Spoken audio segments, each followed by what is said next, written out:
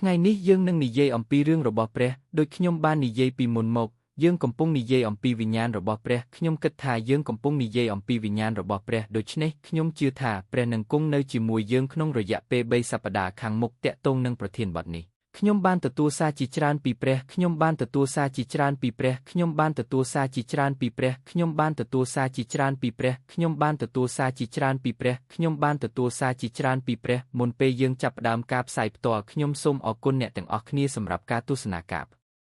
ផ្សាយផ្ទាល់នេះតើអ្នកចង់ឲ្យខ្ញុំធ្វើអ្វីដើម្បីជួយអ្នក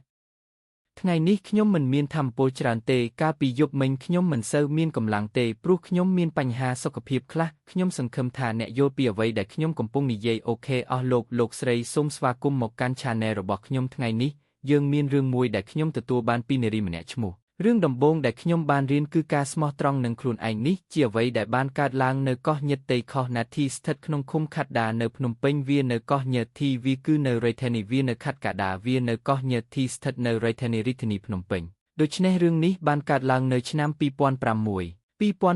នេះគឺជារឿងរបស់លោកអូលិនបូរីដែលនិយាយអំពីរឿងចក្រានិងរឿងយាយរឿងចក្រាជារឿងចក្រានិងរឿងចក្រាគឺជារឿងចក្រានិងរឿងចក្រាគឺជារឿងចក្រានិងរឿងចក្រានិងរឿងចក្រានិងរឿងចក្រានិងរឿងចក្រានិងរឿងចក្រានិងរឿងចក្រានិងរឿងចក្រានិងរឿងចក្រានិងរឿងចក្រានិងរឿងចក្រានិងរឿងចក្រានិងរឿងចក្រានិងរឿងចក្រានិងរឿងចក្រានិងរឿងចក្រានិងរឿងចក្រានិងរឿង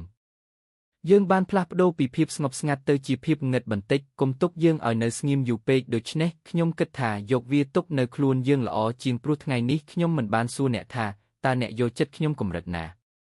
ហើយខ្ញុំនឹងព្យាយាមនិយាយឲ្យបានល្អតាមដែលខ្ញុំអាចធ្វើបានព្រោះពេលនេះខ្ញុំនៅស្ងៀមតែពេលនេះខ្ញុំនៅស្ងៀមមិនអីទេអស់លោកស្រីនេះជារឿងរបស់បុរសដែលខ្ញុំចាត់ទុកជាភរិយាដំបូងរបស់គាត់តាមសៀវភៅវាប្រៀបដូចជាក្មេងកាត់បេះដូងនោះហើយជាមូលហេតុដែលគាត់ហៅម្ដាយរបស់គាត់ដូច្នេះរឿងចាប់ផ្ដើមពីឆ្នាំ2003-2004រឿងដែលកើតឡើងនៅស្រុកញ៉ាត្រាងរឿងដំបូងចាប់ផ្ដើមដោយយ៉ាកស្ត្រីរូបនេះមិនទាន់ស្គាល់ឈ្មោះនៅឡើយនាងកើតនៅឆ្នាំ2005នាងមានអាយុត្រឹមតែ3-4 ឆ្នាំប៉ុណ្ណោះ